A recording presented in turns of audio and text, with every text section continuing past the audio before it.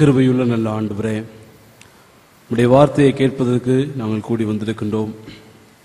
உம்முடைய வார்த்தை எங்களுடைய உள்ளத்திலே விதைக்கப்படவும், விதைக்கப்பட்ட உம்முடைய வார்த்தை எங்களுடைய வாழ்விலே 100 மடங்கு பலனை தரவும் நீர் கிருபை பாராட்டும். அதற்குரிய மனநிலையை, ஒருமனப்பாட்டை, இருதய சிந்தனைகளை உம்முடைய வார்த்தைக்கு நேராய் திருப்பியருளும். எங்களையே உடைய கருத்தை அர்ப்பணிக்கின்றோம். அடியேனை மறைத்து நீர் வெளிப்படும். இயேசுவின் மூலம் ஜெபிக்கிறோம் நல்ல பிதாவே, ஆமென். அமர்வோம். இங்கிலாந்து தேசத்திலே நோவாட்டிங்ஹாம் என்ற இடத்திலே சென்ட் ஜேம்ஸ் காலேஜ் ஒரு கல்லூரி இயங்கிக் கொண்டிருந்தது. இதிலே மைக்கேல் கிரீன் லீப் என்ற வரலாற்று பேராசிரியர் ஒருவர் பணியாற்றிக் கொண்டிருந்தார்.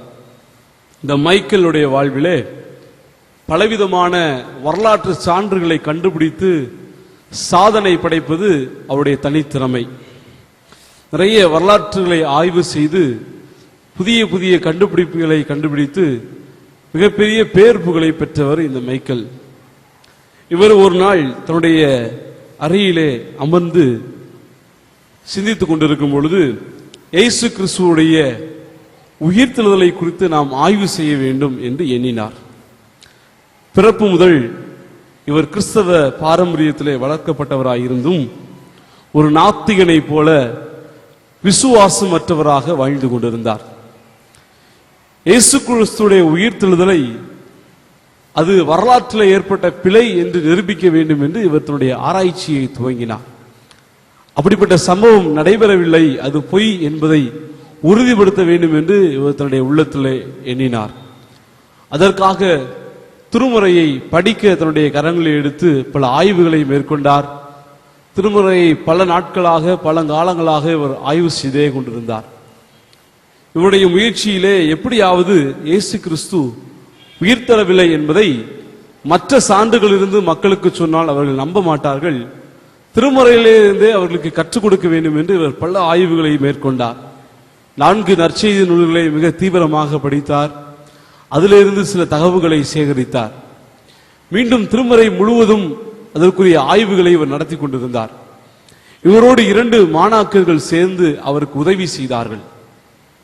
உதவி செய்து கொண்டிருக்கும் பொழுது இந்த 2 மாணவர்களும் இந்த நற்செய்தி நூல்களை படித்ததின் விளைவாக அவர்கள் இவரிடத்திலே வந்து ஒரு நாள் சொன்னார்கள், ஐயா, இந்த ஆய்விலே நாங்கள் கண்டுகொண்ட ஒரு உண்மை, இயேசு கிறிஸ்து மெய்யாய் உயிர்த்தெழுந்தார், இதை மறுக்க முடியாது, அதற்கு நாங்களே சாட்சிகளாய் மாறிவிட்டோம் என்று அவருடைய ஆய்விலிருந்து இவர்களும் கடந்து சென்று விட்டார்கள். கோபமடைந்த இந்த மைக்கேல் அவர்களை விலக்கி வைத்துவிட்டு எப்படியாவது இந்த உலகத்துக்கு இந்த செய்தியை சொல்ல வேண்டும் என்று சொல்லி மீண்டும் தன்னுடைய ஆய்வை துவங்கினார். நற்செய்தி நூல்களை படிக்க ஆரம்பித்தார். படித்துக் கொண்டு வரும் பொழுது யோவான் 20ஆம் அதிகாரத்தை இவர் படிக்க துவங்கினார். 20ஆம் அதிகாரத்திலே 25வது வசனத்திலே தோமா எழுப்புகின்ற கேள்வியை இவருடைய ஆய்வின் மையமாக வைத்தார். இயேசு உயிர்த்தெழுந்தாரே, ஆனால் ஆணிகளில் உண்டான காயத்தை காண வேண்டும், அந்த காயத்திலே என்னுடைய விரலை இட வேண்டும், என் கையை அவருடைய விழாவிலே போட்டால் ஒழியே நான் விசுவாசிக்க மாட்டேன் என்று தோமா சொன்ன அந்த சான்றை எடுத்துக்கொண்டு தன்னுடைய ஆய்வை துவங்கி கொண்டிருந்த நேரத்திலே கொஞ்ச நாட்களிலே 27வது வசனத்தை இவர் வாசிக்க ஆரம்பித்தார். உன் விரலை இங்கே நீட்டி என் கைகளை பார், உன் கையை நீட்டி என் விழாவிலே போடு என்று ஆண்டவர் சொன்ன அந்த வார்த்தையை இவர் அதிக நேரம் சிந்தித்துக் கொண்டே இருந்தவராக தன்னை அறியாமல் அழ ஆரம்பித்தார். ஆண்டவருடைய விசுவாசத்துக்கு நேராக வழி நடத்தப்பட்டார். அதன் விளைவாக உலக அளவிலே பிரசித்தி பெற்ற சட்ட சாட்சி என்ற ஒரு புத்தகத்தை இவர் எழுதி இயேசு மெய்யாக உயிர்த்தெழுந்தார், அவருடைய உயிர்த்தெழுதல் பொய் அல்ல என்பதை இங்கிலாந்து தேசம் முழுவதும் இவர் பிரபலப்படுத்தினார். இவருடைய உள்ளத்திலே எண்ணினது, எப்படியாவது தன்னுடைய தாளந்துகளினாலே தன்னுடைய திறமைகளினாலே உண்மையை பொய்யாக்க வேண்டும் என்று எண்ணினார். ஆனால் உண்மை தெய்வம் இவரை உண்மையுள்ள மெய்ப்பெண் மந்தையிலே சேர்த்து கொண்டார். இந்த சாட்சி இன்றும் நிலவி கொண்டிருக்கின்றது என்ற வேத வசனத்தின் அடிப்படையிலே இவர் ஆண்டவரை ஏற்றுக்கொண்டார். இன்றும் பிரபலமான வேத வரலாற்று ஆராய்ச்சியாளராக இவர் மாறிவிட்டார். இதோடைய நோக்கம் என்னவேயானால், இன்னும் பல நேரங்களிலே கிறிஸ்தவருடைய உள்ளத்திலே உயிர்த்தெழுதல் என்ற வார்த்தை வருடத்துக்கு ஒரு முறை ஆழமாக பயன்படுத்தப்படுகின்றது. இன்னைக்கு ஈஸ்டர் அன்னைக்கு இல்லையா, அது ஆராதனை முடிஞ்சு வீட்டுக்கு போனதுக்கு அப்புறம் கறி எடுக்கிறதா, கோழி எடுக்கிறதா, மீன் வாங்குறதா அப்படின்ற சிந்தனைக்கு நேராக போயிடுறதுனால உயிர்த்தெழுதலை குறித்து நாம் அதிகமாக பேசுவதற்கு நேரம் இல்லாமல் போய்விடுகின்றது. அடுத்து எப்போ உயிர்த்தெழுதலை பத்தி பேசுவோம்? அடுத்த ஈஸ்டருக்கு தான். இல்லைன்னா ஞாயிற்றுக்கிழமை விசுவாச பிரமாணம் சொல்லும்போது எப்பயாச்சும் தவறி 3ஆம் நாள் மரித்து உயிர்த்தெழுந்தார் அப்படின்னு அதை சொல்லிவிட்டு செல்கின்றவர்களாக இருக்கின்றோம். அதனாலதான் விசுவாச பிரமாணத்தை சொல்வதற்கு முன்பாக ஒரு வார்த்தை பயன்படுத்தப்படுகிறது. அதை அறிக்கை செய்து உறுதிப்படுத்திக் கொள்வோம். நீங்களும் நானும் ஆண்டவருடைய உயிர்த்தெழுதலை, ஆண்டவருடைய பாடு மரணங்களை தியானிக்கின்ற நாம் அந்த உயிர்த்தெழுதலை உறுதிப்படுத்துகின்ற கிறிஸ்தவர்களாக இருக்க வேண்டும். இந்த நாளிலே தென்னிந்திய திருச்சபை நமக்கு தந்திருக்கின்ற தலைப்பு அதுதான், affirmation of Christ as Lord and God. affirmation of Christ, இயேசு கிறிஸ்துவுடைய உயிர்த்தெழுதலை உறுதிப்படுத்துகின்ற ஒரு தன்மை, கிறிஸ்துவே கடவுளும் ஆண்டவரும் என உறுதிப்படுத்துதல். இன்னைக்கு பல நேரங்களிலே கிறிஸ்து யார் அப்படின்னு கேட்டா நம்ம என்ன சொல்லுவோம்? தேவனுடைய குமாரன். கடவுள் யாருன்னு கேட்டா என்ன சொல்லுவோம்? அவரு பிதா. இன்னைக்கு பல நேரங்களே கிறிஸ்து பிதாவின் சாயல், அவரும் இவரும் ஒன்றாயிருக்கிறார்கள் என்பதை வெளிப்படையாக புரிந்து கொள்ள முடியாத நிலையிலே நம்முடைய கிறிஸ்தவ வாழ்வு போய்கொண்டிருக்கின்றது. அவரும் பிதாவும் குமாரனும் பரிசுத்த ஆவியும் ஒரே நிலையிலே இருக்கின்றார்கள் என்பதை வேதத்தின் அடிப்படையிலே நாம் விசுவாசிக்க வேண்டும். அந்த விசுவாசத்தை உறுதிப்படுத்திக் கொள்ள வேண்டும் என்பதை ஆண்டவர் எதிர்பார்க்கின்றார். ஆண்டவரோடு 3½ ஆண்டு காலம் ஊழியம் செய்த தோமாவுடைய வாழ்வு அதற்கு விதிவிலக்கு அல்ல. காரணம், ஆண்டவரோடு பலவிதமான பணிகளிலே இந்த தோமா ஈடுபட்டார். ஆண்டவரோடு பலவிதமான அனுபவங்களை இந்த தோமா பெற்றுக்கொண்டார். பேதுரு போல அவ்வப்பொழுது தோமாவும் வாய்களை திறந்து சில வார்த்தைகளையும் பேசுகின்றார் ஆண்டவரோடு இருக்கும் பொழுது. உதாரணமாக யோவான் எழுதின சுவிசேஷம் 11ஆம் அதிகாரம் 16வது வசனத்தை எடுத்தவர்கள் வாசிக்கலாம். யோவான் 11:16. அப்பொழுது திதிமு எனப்பட்ட தோமா மற்ற சீசர்களை நோக்கி அவரோட கூட மரிக்கும்படி நாமும் போவோம் வாருங்கள் என்கின்றார். யார் இந்த தோமா? அவருடைய விழாவை நான் பார்க்க வேண்டும், அவருடைய காயங்களை நான் காண வேண்டும் என்று சொன்ன இந்த தோமா சொல்லுகின்றார், அவரோட கூட மரிக்கும்படி போவோம் வாருங்கள் என்று சொல்லுகின்றார். எங்கிருந்து இந்த விசுவாசம் இவருக்கு வந்தது? எங்கிருந்து இந்த தைரியம் அவருக்கு வந்தது? ஒருவேளை அந்த சம்பவம் எழுதப்பட்டிருக்கின்ற சூழ்நிலை, லாசரு மரித்து போனார். மரித்து போன செய்தி இயேசுவுக்கு தெரிவிக்கப்படுகின்றது. 4 நாட்களுக்கு பிறகு அவர்கள் போகின்றார்கள். இப்ப சீடர்களுடைய மனதிலே ஒரு கலக்கம் இருக்கின்றது. செத்து போனவனை எப்படி உடனே ஆண்டவர் எழுப்பிட்டார் இல்லையா? யாவீர் வீட்டுல போனதுக்கு உடனே என்ன பண்றாரு? கையை பிடிச்சு எழுப்புறார். உடனே எழுப்பிடலாம். இறந்து போய் 4 நாள் ஆச்சு, உடல் எல்லாம் நாற்றம் எடுத்து போய் விட்டது. இவனை போய் எப்படி ஆண்டவர் எழுப்புவார் என்ற கேள்வி அவங்களுடைய உள்ளத்தில் எழுந்து கொண்டிருந்தது. அந்த நேரத்தில் ஆண்டவரும் சில சம்பவங்களை அவரோடு பேசுகின்றார். இதை எண்ணின இந்த தோமா சொல்லுகிறான், அவரோட நம்ம செத்தாலும் பரவாயில்ல, நம்ம என்ன பண்ணுவோம்? போவோம் என்று ஒரு விசுவாச அறிக்கையை இங்கு தோமா செய்கின்றதை நாம் பார்க்கின்றோம். அதே போல இன்னும் தோமா ஆண்டவரிடத்திலே சில வினாக்களை, கேள்விகளையும் எழுப்புகின்றார். யோவான் 14ஆம் அதிகாரம் 5வது வசனத்தை நாம் திருப்பிக் கொள்வோமேயானால், தோமா அவரை நோக்கி, ஆண்டவரே, நீர் போகிற இடத்தை அறியோமே, வழியை நாங்கள் எப்படி அறிவோம்? நீங்க எங்க போறீங்கன்னு எங்களுக்கு தெரியாது. இவங்களுடைய பழக்கம்னா என்ன? இயேசு முன்னாடி போவாரு, பின்னாடியே போறவங்க இல்லையா? ஆனா ஆண்டவர் எங்க போறேன்னு ஒவ்வொரு முறையும் என்ன பண்ணுவாரு? சொல்லுவார். இந்த கேள்வியை தோமா கேட்கறதுக்கு முன்னாடியும் ஆண்டவர் சொல்றாரு எங்க போறேன் அப்படின்னு. அந்த 14ஆம் அதிகாரத்துல பாருங்க, 2வது வசனம் பாருங்க, நான் என் பிதாவின் வீட்டில் அநேக வாசஸ்தலங்கள், ஆமா 3வது வசனம் பாருங்க, நான் போய் உங்களுக்கு ஸ்தலத்தை ஆயத்தம் பண்ணின பின்பு என்று ஆண்டவர் சொல்லுகின்றார். எங்க போய்? பிதாவின் வீட்டில் நிறைய வாசஸ்தலங்கள் இருக்கு. நான் போய் உங்களுக்கு வாசஸ்தலத்தை என்ன பண்றேன்? ஆயத்தம் பண்றேன் அப்படின்னு சொல்றாரு. இப்படி ஆண்டவர் தெளிவா சொன்னதுக்கு அப்புறமே தோமா என்ன கேட்கிறாரு? உடைய வழியை நாங்க அறியோமே. இப்ப இவருடைய வாழ்விலே ஏற்படுகின்ற பிரச்சனை என்ன? பேசும்போது உணர்ச்சி பூர்வமாக பேசுகின்றார், கேட்கும் பொழுது அறியாமையிலே கேட்கின்றார். அறிந்தும் அறியாமையிலே கேட்கின்ற அனுபவம் கொண்டிருந்த தோமா. தோமாவை பற்றி சொல்லும் பொழுது தெரிந்தும் தெரியாதபடி, இன்னைக்கு பல நேரங்களிலே கிறிஸ்தவ வாழ்வு அப்படிதான் இருக்கு. விசுவாசித்தும் விசுவாசியாத நிலையிலே வாழ்ந்து கொண்டிருக்கின்ற அனுபவம். இந்த நிலையிலே தான் தோமா இருக்கின்றார். இயேசு கிறிஸ்து உயிர்த்தெழுந்துட்டார் என்ற செய்தி எல்லா பக்கமும் பரவுகின்றது. இயேசுவோடு அவரோடு இருந்த சீடர்களுக்கும் இந்த செய்தி சொல்லப்படுகின்றது. சொல்லப்பட்ட நேரத்திலே இயேசு உயிர்த்தெழுந்த அந்த நாளிலே மாலை வேளையிலே சீடர்கள்லாம் அறையிலே பயந்து போய் அமர்ந்திருக்கிறாங்க. அவங்களுக்கு என்ன பயம்? இயேசுடைய சரீரத்தை யாரோ தூக்கிட்டு போயிட்டாங்க. யாரை வந்து அடுத்து பிடிப்பாங்க? நம்மளை தான் பிடிப்பாங்க. தூக்கிட்டு போயிட்டாங்கல்ல. ஏன்னா ஒரு சங்கதியும் இப்படி பரவிட்டு இருக்கு, மத்தவங்கள வாட்சிங்கன்னா தெரியும். காசு கொடுத்து தூக்கிட்டு போயிட்டாங்க நீங்க சொல்லுங்க அப்படின்னு பொய் சாட்சி சொல்ல வைக்கின்றார்கள் அன்றைய பரிசேயர்கள் சதுசேயர்கள் தான்.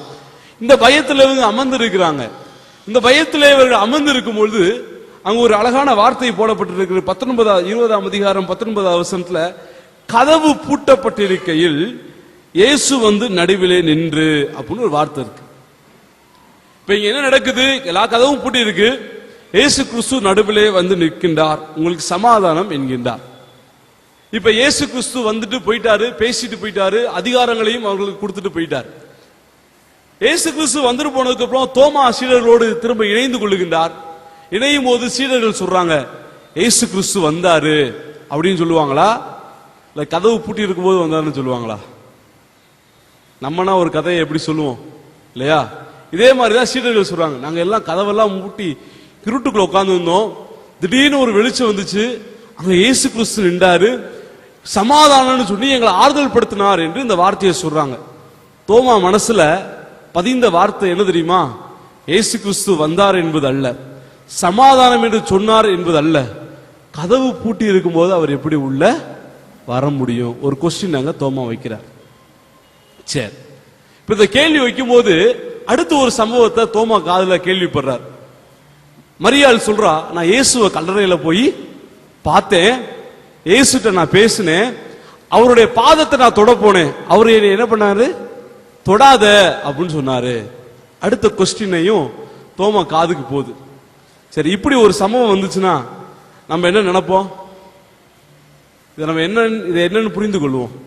போச்சு, ஏதோ ஆவி வந்துருச்சு, ஆவிதான் வந்துட்டு போகுது. சில நேரங்களில் சும்மா கதை கேட்டா கூட நைட்ல லைட்டு போடுறதுக்கோ தண்ணி குடிக்க போறதுக்கோ பயப்படுற கூட்டம்.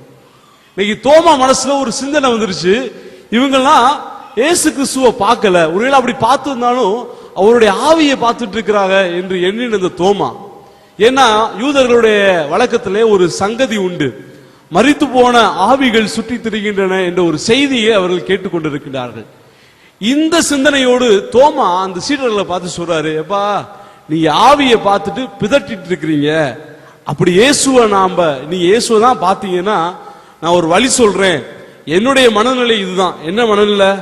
அவரை பார்த்து அவருடைய காயங்களை பார்த்து என்னுடைய விரலை அவருடைய காயத்துக்குள்ள நான் விடணும். ஒண்ணு, அன்னைக்கு சேவகன் ஈட்டியால குத்துனான் இல்லையா, குத்துனப்ப அவருடைய விழாவில் மிகப்பெரிய காயம் ஏற்பட்டதுன்னு சொன்னாங்க. அப்ப அந்த காயம் நிச்சயமா 3 நாள்ல ஆறி இருக்காது இல்லையா? அந்த விழாவுக்குள்ள என் கையை நான் விட்டு பார்க்கணும். இந்த 2 விஷயத்தை நான் செஞ்சாதான் நான் அவர் உயிர்த்தெழுந்தார் அப்படின்றத விசுவாசிப்பேன் என்று இந்த தோமா கற்றுக் கொடுக்கின்றார். இப்ப சீடர்களுக்கெல்லாம் விசுவாசம் பெருகி இருக்குமா குறைஞ்சிருக்குமா? போச்சு. கொஞ்சமாச்சு பார்த்தவங்களுக்கு இந்த விசுவாசம் இங்க ஒரு கேள்விக்குறியாக மாறி போனது. இந்த நிலையில ஆண்டவர் 3 நிகழ்வுகளை இந்த பகுதியை நிகழ்த்தி காட்டுகின்றார். ஒருவேளை நம்முடைய வாழ்விலையும் பல நேரங்கள்ல இப்படி நடந்தாதான் ஆண்டவரை நான் நம்புவேன். இன்னைக்கு நிறைய பேர் சொல்லுவாங்க, நான் ஆண்டவர்கிட்ட ஜெபம் பண்ணிக்கிட்டே இருந்தேன், இந்த வசனம் எனக்கு எங்கேயாச்சும் கிடைச்சிச்சுன்னா தான் ஆண்டவர் இந்த காரியத்தை என் வாழ்க்கையில வாய்க்க பண்ணுவார்னு நான் விசுவாசிப்பேன் அது யதார்த்தமா வசனம் வந்துச்சுன்னா போச்சு. அந்த வசனத்தை நம்பி சில நேரங்கள்லையும் தவறாக புரிந்து கொண்டவர்களும் உண்டு. அப்படி என்பதை விட ஆண்டவரை எப்படி புரிந்து கொள்வது? காணாமல் விசுவாசிக்கின்றவன் பாக்கியவான் என்று இங்கு ஆண்டவர் சொல்லுகின்றார். இந்த தோமா ஆண்டவரை சோதிக்க வேண்டும் என்று ஒரு டெஸ்ட் வைக்கிறார். ஆண்டவரும் அவருடைய இந்த மனநிலைக்கு ஆண்டவர் இடம் கொடுக்கின்றார். காரணம் என்னன்னா, அன்னைக்கு ஆண்டவர் இருந்தாரு, அதை அவர் வெளிப்படுத்தி காட்டுகின்றார் அவர்களிலே ஒருவராக. முதலாவது ஆண்டவர் செய்த ஒரு காரியம், தன்னை வெளிப்படுத்துகிறார், ரிஃப்ளெக்ட் பண்றார். நான் இருக்கிறேன் அப்படின்றத ஐடென்டிஃபை பண்றார். நான் இங்கதான் இருக்கிறேன் அப்படின்றத ஆண்டவர் வெளிப்படுத்துகின்றார். முதலாவதாக ஆண்டவர் செய்தது தன்னை வெளிப்படுத்துகின்ற ஆண்டவர் தன்னை வெளிப்படுத்துகின்றார். அவங்க நினைச்சது மாதிரி இல்ல ஆண்டவர். அவர் எவ்வளவோ கற்றுக் கொடுத்திருக்கிறார். மனுஷகுமாரன் பாடுபடணும், அடிக்கப்படணும், கொல்லப்படணும், 3வது நாள்ல எழுந்திருக்கணும், இது எழுதியிருக்கிறது என்று ஆண்டவர் சொல்றார். அது மாத்திரம் ஆண்டவர் சொல்லல, இந்த ஆலயத்தை இடித்து 3 நாள்ல கட்டுவேன் அப்படின்னு சொன்னதுமே, இவர் எப்படி 3 நாள் அந்த கோயிலை கட்டுவார்னு சொல்றாங்க. உடனே இவர் சரீரமாகி ஆலயத்தை குறித்து பேசுகிறார் என்ற பலவிதமான சங்கதிகளை பெற்றுக்கொண்ட இவர்கள் ஆண்டவருடைய வார்த்தை வெளிப்படாமல் இங்கு அடைக்கப்பட்டிருக்கின்றார்கள். இங்கு ஆண்டவர் தம்முடைய வார்த்தையை அவர்களுக்கு வெளிப்படுத்துகின்றார். எப்படி வெளிப்படுத்துகின்றார்?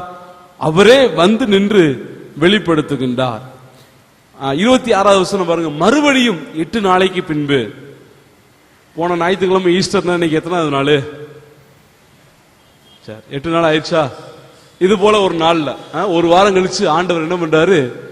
இதே போல சீடர்கள் நல்லாதான் இருந்தாங்க, கொஞ்சம் தைரியமா இருந்தாங்க. தோமா என்ன பண்றாரு? எல்லாத்தையும் திரும்ப பயமுறுத்திட்டாரு. சரி, இவங்க வழக்கம் போல கதவெல்லாம் பூட்டிட்டு அமர்ந்து இருக்கிறாங்க. ஆண்டவர் தோமா எழுப்பின அதே சந்தேகங்களோடு தோமாவுக்கு பாடம் புகட்டுகின்றார். ஒருவேளை ஆண்டவர் தான் நல்லாதான் இருக்கிறேன், தான் சரீரத்தோட தான் இருக்கிறேன்றதுக்காக ஆண்டவர் என்ன பண்ணிருக்கலாம்? கதவை தட்டி திறக்க சொல்லி திரும்ப உள்ள வந்து அவருக்கு காட்சி கொடுத்திருக்கலாம். ஆனா அந்த ஆண்டவர் செய்த காரியத்தை பாருங்க. 26வது வசனத்துல பின்பகுதியில, கதவு பூட்டப்பட்டிருந்தது, அப்பொழுது இயேசு வந்து நடுவிலே நின்றார். ஆண்டவருக்கு சகல அதிகாரமும் வல்லமையும் உண்டு என்பதை தோமாவும் சீடர்களும் புரிந்து கொள்ள வேண்டும் என்பதை இங்கு ஆண்டவர் நிரூபிக்கின்றார். கதவு திரும்ப பூட்டப்பட்டிருக்கு, திரும்ப ஆண்டவர் நிற்கிறார். இப்ப தோமாவுக்கு மனசுல என்ன வந்திருக்கும்? ஒரு பயமும் நடுக்கமும் வந்திருக்கும். ஆவிதான் போல திரும்ப அப்படின்னு ஒரு சந்தேகம் எழும்பி இருக்கும். ஆனா ஆண்டவர் ஒரு பாடத்தை கற்றுக்கொள் எப்படி வெளிப்படுத்துகிறார் பாருங்களேன். சந்தேகப்பட்டது யாரு? நீ தானே, வா, இந்த பாரு என்னுடைய காயங்கள், உன்னுடைய விரல நின்னு விட்டுப்பார், உன் கையை என்னுடைய விழாவில் போட்டுப்பார் என்று ஆண்டவர் தன்னை வெளிப்படுத்தி காட்டுகின்றார். வெளிப்படுத்தி காட்டுகின்ற ஆண்டவர் வெளிப்படுத்துகின்றார். இதை கண்டு கொண்டதுமே தோமா ஆண்டவருடைய சமூகத்துல தன்னுடைய அறியாமையை உணர்கின்றவராக இருக்கின்றான். ஆண்டவருடைய வெளிப்படுத்துதலை இந்த தோமா உணர்ந்து கொண்டவனாக இங்க இருக்கின்றான். இந்த தோமாவுடைய பிரச்சனை என்னன்னா, ஆண்டவர் ரொம்ப அழகா சொல்றாரு பாருங்க. அந்த வசனத்துடைய முடிவுல, விழாவிலே போடு, அடுத்து வாசிங்க, அவிசுவாசியாயிராமல் விசுவாசியாயிரு. பொதுவாக யோவான் நற்செய்தி நூல்ல தான் இந்த வார்த்தையை நாம் பொதுவாக இந்த இடத்துல பார்க்க முடியும். இந்த வார்த்தைக்கு எபிரேயத்துல, ரொம்ப கிரேக்கத்துல ஒரு அழகான கிரேக்க வார்த்தை அபிஸ்டாஸ் பிஸ்டாஸ் என்று சொல்லுகின்றார்கள். எதிர்மறையான வார்த்தை இல்லையா? விசுவாசியாரு, அவிசுவாசியா இருக்காத விசுவாசியாயிரு. நம்ம ஆன்டனிம்ஸ்ல சொல்லுவோம்ல, ஆப்போசிட் சைடு இல்லையா? ஒன்னு அவிசுவாசி, இல்லாட்டினா இப்ப இவனுக்குள்ள பிரச்சனை, விசுவாசியாவும் இருக்க முடியல, அதை நம்பாமலும் இருக்க முடியல. ஆனா இங்க ஆண்டவர் ஒரு தெளிவான தீர்மானத்தை அவனுக்கு வெளிப்படுத்துகின்றார். நீ இப்படி விசுவாசிக்காம இருக்காத, நீ விசுவாசியாயிரு. ஆண்டவர் கற்றுக் கொடுத்த முதல் பாடம், அவர் தன்னை வெளிப்படுத்தும் பொழுது தோமாவுக்கு சொன்ன சம்பவம், நீ அவிசுவாசியா இருக்காதே, விசுவாசியாயிரு. விசுவாசியா இருக்கும் பொழுதுதான் நீ என்னை யார் என்று கண்டுகொள்ள முடியும். இன்னைக்கு நம்முடைய வாழ்விலையும் பல நேரங்கள்ல அவிசுவாச தன்மை பெருகி இருக்கின்றதை நாம் காண முடிகின்றது. அவிசுவாசத்தில் நிறைந்தவர்களா இருக்கிறது யாரு? நம்ம தான் இல்லையா? நிறைய விசுவாச குறைபாடுகள் இருக்கின்றது. இங்கு தோமாவுக்கு ஆண்டவர் கற்றுக் கொடுக்கின்ற ஒரு பாடம், நீ அவிசுவாசியா இருக்காதப்பா, விசுவாசியாயிரு. நீ கேட்டது மாதிரி நான் உனக்கு காட்சி கொடுத்துட்டேன், இனிமேலு அப்படி இருக்காத. என் கூட இருந்ததை விட உயிர்த்தெழுந்ததுக்கு அப்புறம் உன்னுடைய விருப்பத்தை நான் நிறைவேற்றி இருக்கிறேன், விசுவாசியாய். நம்முடைய வாழ்விலையும் நிறைய விருப்பங்களை ஆண்டவர் நிறைவேற்றுகின்றார். எத்தனை முறை எத்தனை காரியங்களுக்காக நாம் ஆண்டவருடைய சமூகத்தில் முழங்கால் படிட்டு ஜெபிச்சிருப்போம். எத்தனை ஜெபங்களை ஆண்டவர் நம்முடைய வாழ்விலே பதில் தந்திருக்கின்றார். அத்தனை பதிலையும் நாம் பெற்றுக்கொண்டு இன்னைக்கு எப்படிதான் இருக்கிறோம்? முழுமையா ஆண்டவரை விசுவாசிக்க முடியாம இருக்கிறோம். அப்படி அல்ல, அவிசுவாசியா இல்லாமல் விசுவாசியா இருக்க வேண்டும் என்று இங்கு ஆண்டவர் தன்னை வெளிப்படுத்துகின்றார். இரண்டாவதாக ஆண்டவர் வெளிப்படுத்தின ஆண்டவர் தன்னை இங்கு உறுதிப்படுத்தி காட்டுகின்றார். அவனுடைய சேலஞ்சை இங்க ஆண்டவர் ப்ரூஃப் பண்றார். இன்னைக்கு நிறைய நேரங்களில் நம்மளும் சொல்லுவோம்ல, சேலஞ்ச் வச்சுட்டோம்னா அது என்னணும் எப்படியாச்சு சாதிக்க வேண்டும் என்று எண்ணுகின்றோம். அவன் ஒரு சேலஞ்ச் வைக்கிறான் இயேசு கிறிஸ்துவுக்கு. நான் உங்களோட சாவேன்னு சொன்னவன், நீங்க போகிற வழி எனக்கு தெரியாதுன்னு சொன்னதுமே ஆண்டவர் ஒரு பாடத்தை அவனுக்கு கொடுக்கிறார். நான் தான் உனக்கு வழியும் சத்தியமும் ஜீவனுமா இருக்கிறேன்னு அடுத்த நிமிஷமே இந்த தோமாவுக்கு ஆண்டவர் கற்றுக் கொடுக்கின்றார். அந்த வழியை, அந்த சத்தியத்தை, அந்த ஜீவனாகி ஆண்டவரை மறந்து போனவனாக இவன் சொல்றான், அவரை இப்படிதான் பார்க்கணும்னு அவன் ஒரு சாட் போட்டு வச்சிருக்கான். அப்படியும் ஆண்டவர் அவனுக்கு உறுதிப்படுத்துகின்றார். எதை உறுதிப்படுத்துகின்றார்? அவருடைய வார்த்தையை உறுதிப்படுத்துகின்றார். கேட்ட கேள்விக்கு பதில் தருகின்றார் ஆண்டவர். அவருடைய உள்ளத்தில் எழுந்த சந்தேகத்தை பூர்த்தி செய்கின்றார். இன்னைக்கு நம்முடைய வாழ்வில் அநேக சந்தேகங்கள் இருக்கின்றன, அநேக கேள்விகள் திருமுறையின் அடிப்படையில் இருக்கின்றன, அநேக விதமான குழப்பங்கள் இந்த உலகத்திலே உருவாகி கொண்டிருக்கின்றன. இதுக்கு எல்லாத்துக்கும் ஒரே தீர்வு என்ன தெரியுமா? இந்த வேத வசனம். இந்த வேத வசனத்தை நீங்களும் நானும் உறுதியாய் பற்றிக் கொள்ளும் பொழுது அதை நாம் உறுதியாய் பற்றிக் கொள்ள முடியும். இதை பற்றி கொண்டாதான் விசுவாசத்திலே நாம் உறுதியாய் நிலைத்திருக்க முடியும். ஆண்டவர் எவ்வளவு சொல்லி கொடுத்தாரு அவங்களுக்கு. கூட இருந்த இயேசு கிறிஸ்துவே அவங்க இல்லைன்னு சொல்லிட்டான். அதுலயும் சீடர்கள் போய் ஒரு அம்மா போய் கேட்கிறான், என் ஆண்டவரை வச்சிருந்த அந்த அம்மா தான் ஆண்டவரோடு அதிக நேரங்கள் ஆண்டவரே ஆண்டவரேன்னு சொன்ன அம்மா சொல்றாங்க, என் ஆண்டவரை எங்கேயாச்சும் கொண்டு போய் வச்சிருந்தா எனக்கு சொல்லுங்க, நான் போய் பார்த்துக்கிறேன். அந்த அம்மாட்டையும் ஆண்டவர் சொல்லியிருப்பார்ல, நான் உயிர் தெளிவேன்னு. இன்னைக்கு நமக்கும் ஆண்டவர் நிறைய வாக்கு தத்தங்களை, நிறைய வேத வசனங்களை தருகின்றார். நிறைய வேத வசனங்களின் வழியாக உங்களையும் என்னையும் ஆண்டவர் தேற்றிக்கொண்டே இருக்கின்றார். அப்படியும் அதையும் மறந்து போனவர்களாக எனக்கு வேற ஏதாச்சும் கிடைக்குமா, நான் நம்புறதுக்கு வேற ஏதாச்சும் எனக்கு சாட்சியே கிடைக்குமா அப்படின்னு நாம் எதிர்பார்த்து கொண்டிருக்கோம். இப்படி இருக்கின்றவர்களுக்கு ஆண்டவர் ஒரு உறுதித்தன்மையை தருகின்றார். பாருங்க, அந்த வேத வசனத்தில் 29வது வசனம் பாருங்க. அதற்கு இயேசு, தோமாவே, நீ என்னை கண்டதினால விசுவாசிச்ச, காணாமல் விசுவாசிச்சான் யாரு? பாக்கியவான் என்றார். இதுக்கு பேதுரு ரொம்ப ஒரு அழகான விளக்கம் சொல்லுகிறார். 1 பேதுரு 1ஆம் அதிகாரம் 8வது வசனத்தை எடுத்து வாசிங்க. 1 பேதுரு 1ஆம் அதிகாரம் 8வது வசனம். அவரை நீங்கள் காணாமல் இருந்தும் அவரிடத்தில் அன்பு கூறு. ஆதி திருச்சபைக்கு பேதுரு எழுதுறார், நாங்களாம் அவரை பார்த்திருக்கோம், நாங்க அவர்கிட்ட அன்பு செய்யறோம், நீங்களாம் அவரை பார்க்கல, ஆனா நீங்க அவரை அன்பு கூறுறீங்க. அடுத்து வாசிங்க. அவரை தரிசியாமல், இப்பொழுது அவரை தரிசியாமல் இருந்தும், நாங்களாம் அவரை உயிர்த்திருந்த ஆண்டவரை தரிசிச்சிருக்கோம். என் கூட இருந்தவர் அவருடைய விழாவெல்லாம் காட்ட சொல்லி கேட்டாரு, அவர் வந்து காட்டினாரு அப்படின்னு சொல்றாரு. தரிசிச்சிருக்கோம், அவரிடத்திலே விசுவாசம் வைத்து.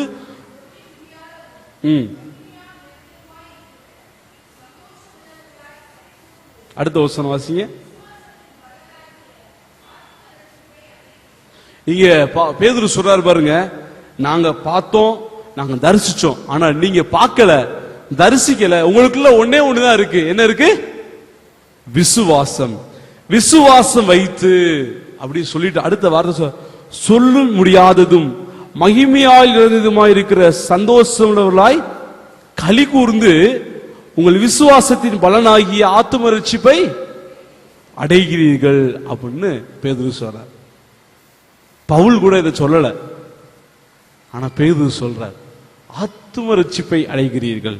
இப்ப நம்முடைய ஆத்துமாக்கள் ரட்சிக்கப்பட ஆண்டவர் நமக்கு கற்றுக் கொடுத்த ஒரு உறுதித்தன்மை என்னவே, ஆனால் நாம் விசுவாசிக்கிறோம், அவரை தரிசித்தோம், அவரை நம்முடைய வேதத்தின் அடிப்படையிலே நாம் பார்க்கின்றோம், இந்த சத்தியத்தின் அடிப்படையிலே நாம் அவரை கண்டு கொண்டிருக்கின்றோம்.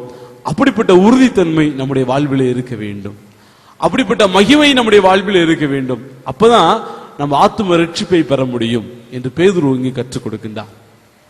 இந்த தோமா ஆண்டவரை கண்டதினாலே விசுவாசிக்கின்றார். நம்ம ஆண்டவரை எப்படி பார்க்கிறோம்? அவருடைய வார்த்தையினாலே பார்க்க. அதனாலதான் யோவான் 1 அதிகாரம் 1 வசனம் சொல்லுது, ஆதியிலே வார்த்தை, அந்த வார்த்தை தேவனாய் இருந்தது. அந்த வார்த்தை தாங்க நம்முடைய வாழ்விலே தேவனாய் இருக்கிறார். அந்த வார்த்தை தான் நம்முடைய வாழ்விலே இரட்சகராக இருக்கின்றார். அந்த வார்த்தை தான் நம்முடைய வாழ்விலே மீட்பராக இருக்கின்றார். அந்த வார்த்தை தான் உங்களை என்னையும் இந்த விசுவாசத்திலே நிற்க செய்தது. இந்த வார்த்தை இல்லைன்னா நம்முடைய வாழ்க்கையே இல்லை. இந்த வார்த்தை இல்லைன்னா நம்முடைய ஆவிக்குரிய வாழ்வு இல்லை. அப்ப இந்த தோமாவுக்கு ஆண்டவர் கற்றுக் கொடுக்கின்ற ஒரு சத்தியம் என்ன தெரியுமா? வார்த்தை. நீ என் வார்த்தையை கேட்டும் நீ விசுவாசிக்க, என்னை கண்டதுனால நீ விசுவாசிச்ச. இங்க ஆண்டவர் நமக்கு கற்றுக் கொடுக்கின்ற ஒரு பாடம் என்ன தெரியுமா? அந்த வார்த்தையிலே நாம் நிலைத்து இருக்க வேண்டும். இதே தோமா தான் கேட்கிறான், நாங்கள் வழியை அறியோமேன்னு சொன்னதுமே அவர் சொல்றாரு, நான் தான் வழி, நான் தான் சத்தியம், நான் தான் ஜீவன் என்று வார்த்தையை அவர் காட்டி இருக்கின்றார். அந்த வார்த்தையை அவன் விசுவாசிக்கவில்லை.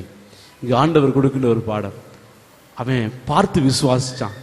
நீங்கள் நானும் பார்க்காம விசுவாசிக்க நம்மளா யாரு? பாக்கியவான். ஆண்டவரை வேதத்தின் அடிப்படையிலே பார்க்கின்றோம்.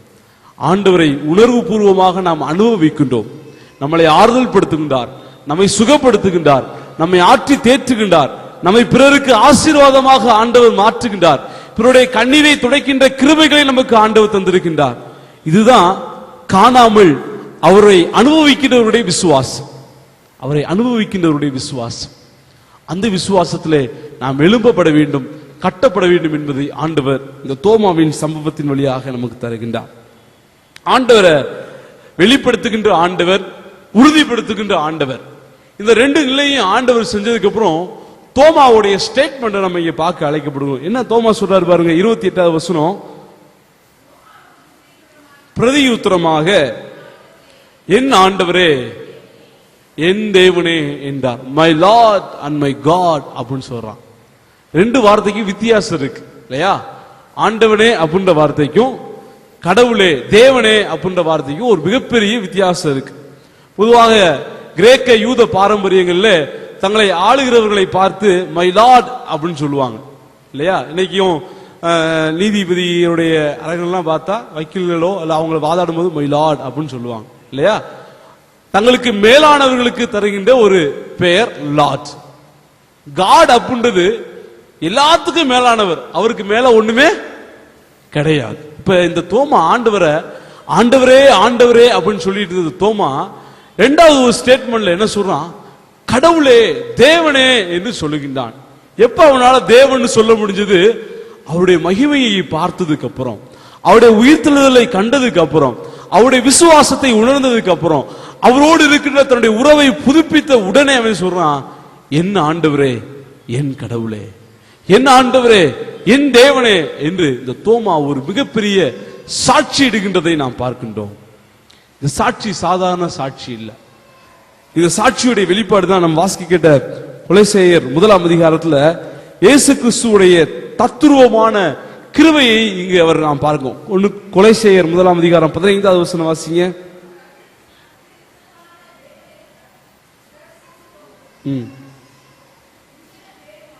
சர்வ சிருஷ்டிக்கும் முந்தின பேருமானவர் அப்படின்னு இங்க பவுல் சொல்றார்.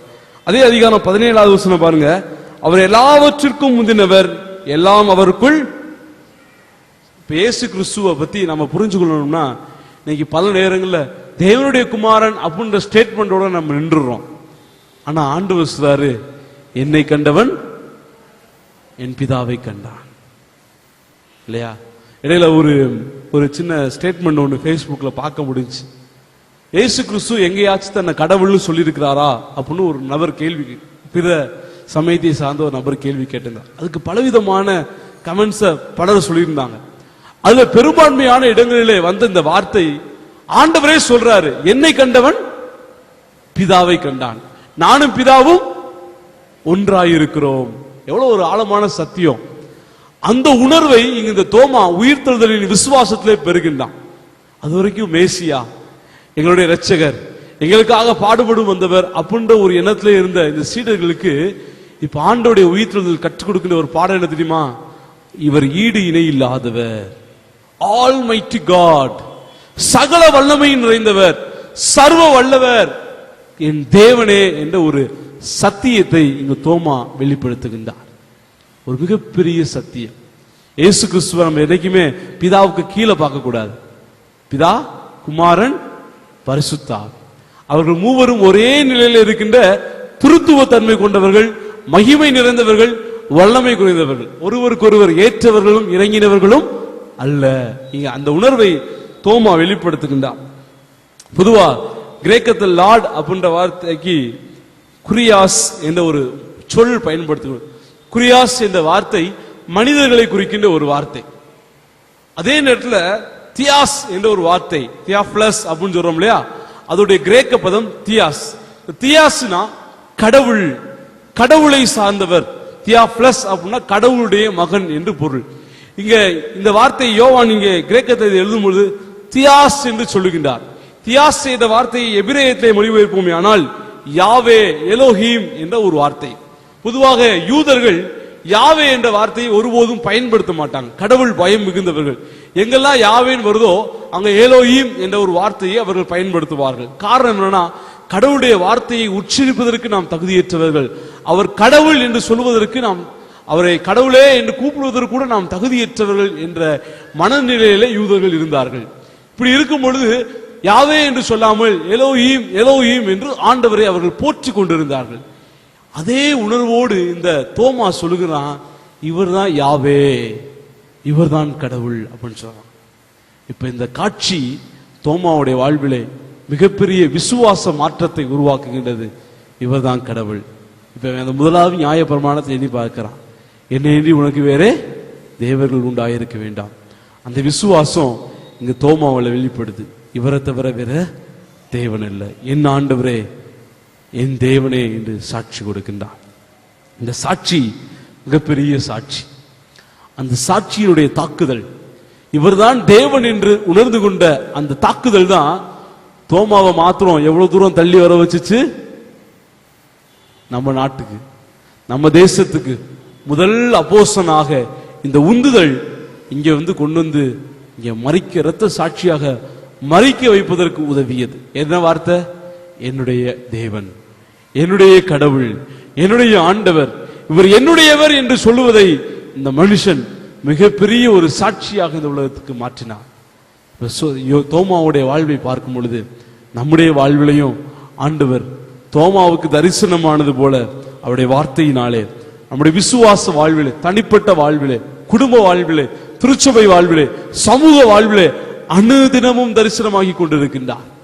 அதனால்தான் ஆண்டவர் சொல்றார், இந்த சிறியரில் ஒருவருக்கு எதை செய்திருக்கிறோம் என்று பல விதங்களிலே தன்னை ஆண்டவர் அடையாளப்படுத்தி நமக்கு தரிசனமாக்கி கொண்டிருக்கின்றார். அந்த ஆண்டவரை நீங்களும் நானும் விசுவாசிக்க வேண்டும். அவர்தான் கடவுள், அவர்தான மெய்யான தேவனுடைய குமாரன். அவர் பிதாவுக்கு சமமாயிருக்கிறதை கொள்ளையாடின பொருளாய் எண்ணாமல் மரண பரியந்தமும் சிலுவையிலே தன்னை தாழ்த்துகின்றார். அதே ஆண்டவர் சொல்லுகின்றார். அந்த ஆண்டவரை பார்த்து தோமா சொல்லுகின்றார், மை லார்ட், மை காட், என் ஆண்டவரே, என் தேவனே. நீங்களும் நானும் ஆண்டவரை பார்த்து எப்பொழுதும் சொல்ல வேண்டிய ஒரு வார்த்தை, நீர் தான் என்னுடைய தேவன், உண்மையின்றி எனக்கு வேறு தேவர்கள் இல்லை, உமக்கு ஒப்பானவர் இந்த உலகத்திலே ஒருவரும் இல்லை. இந்த விசுவாசத்தை விட்டு நாம் ஒருபோதும் மாறிவிடவே கூடாது. ஒரு நிமிஷத்துல தோமாவுடைய அஸ்திவாரம் அசைஞ்சிருச்சு. எப்படி? பார்த்தாதான் விசுவாசிப்பேன்னு சொன்னான். அவனுடைய அஸ்திவாரம் அசைந்து போனது. ஆண்டவர் அவனுடைய அஸ்திவாரத்தை சரிப்படுத்தினார். இன்னைக்கு ஒருவேளை உயிர்த்தெழுதலை குறித்து, ஆண்டவருடைய மானுட அவதாரத்தின் தன்மையை குறித்து உள்ளத்திலே கேள்விகளோடு, பல குழப்பங்களோடு புரியாமல் விடைபெற்றுக் கொண்டிருப்போமே, ஆனால் ஆண்டவர் நமக்கு தருகின்ற ஒரே ஒரு பாடம், உனக்காக நான் மரித்தேன், உனக்காக நான் தரிசனமாக இருக்கின்றேன். இந்த வசனம், இந்த வார்த்தை, இந்த நிகழ்வு அந்த மைக்கேல் என்ற பேராசிரியரை மாற்றினது போல உங்களையும் என்னை மாற்ற வேண்டும். கடைசி மட்டும் இந்த விசுவாசத்தில் நாம் நிலைத்திருக்கும் பொழுது ஆண்டவர் சொல்கிறார், மரித்தேன், சதா காலமும் உயிரோடு இருக்கிறேன். அவர் உங்களோடு என்னோடு உயிரோடு இருக்கின்ற ஆண்டவர், உங்களுக்குள்ளே எனக்குள்ளே வாசமாய் இருக்கின்ற ஆண்டவர். அந்த ஆண்டவரை பார்த்து, என் ஆண்டவரே, என் தேவனே என்ற விசுவாசத்திலே நாம் தொடர்ந்து நிலைத்திருப்போம். அப்படிப்பட்ட கிருபைகளை ஆண்டவர் நமக்கு தந்து நம்மை அளவில்லாமல் ஆசீர்வதிப்பாராக. ஆமென்.